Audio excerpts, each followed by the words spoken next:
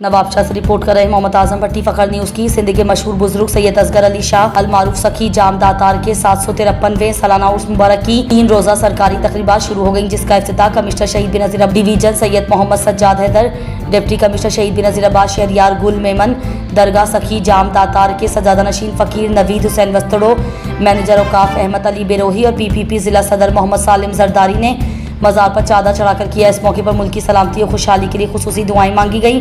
उसकी इफ्तिताही तकरीब और मीडिया के नुमाइंदों से गुफ्तगू करते हुए commissioner Syed Mohammad Sajjad Haider, deputy commissioner Shahryar Gul Memon और दीगर ने कहा कि सिंध की सकाफत और तहजीब दुनिया की अव्वलीन तहजीबों में से एक है। बुजुर्गान की दरगाहें अमन और भाईचारगी की दरसगाहें हैं। अमन व अमान की फिजा कायम रखने में बुजुर्गों का अहम किरदार है। डिप्टी कमिश्नर ने कहा कि उसके मौके पर ज़ायरीन को सहूलियात की फराहमी के लिए मुतालिका इंतजामिया को हिदायत दी गई हैं, जबकि उसके तीनों रोज़ बिजली की फराहमी के लिए इकदाम किए गए हैं।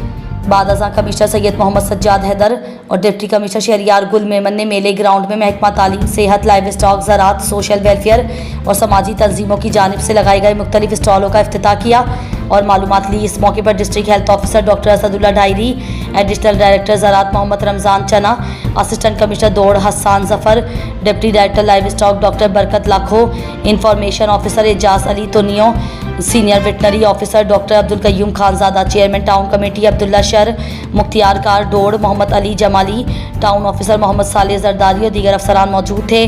उसके मौके पर पुलिस की जानिब से सिक्योरिटी इंतजाम सख्त किए गए हैं, जबकि महकमा स्पोर्ट्स की जानिब से क्रिकेट, कबड्डी, मल्ला खड़े के शानदार मुकाबले मुनक्किद कराए गए। उसकी तकरीबात 13 नवंबर तक जारी रहेंगी।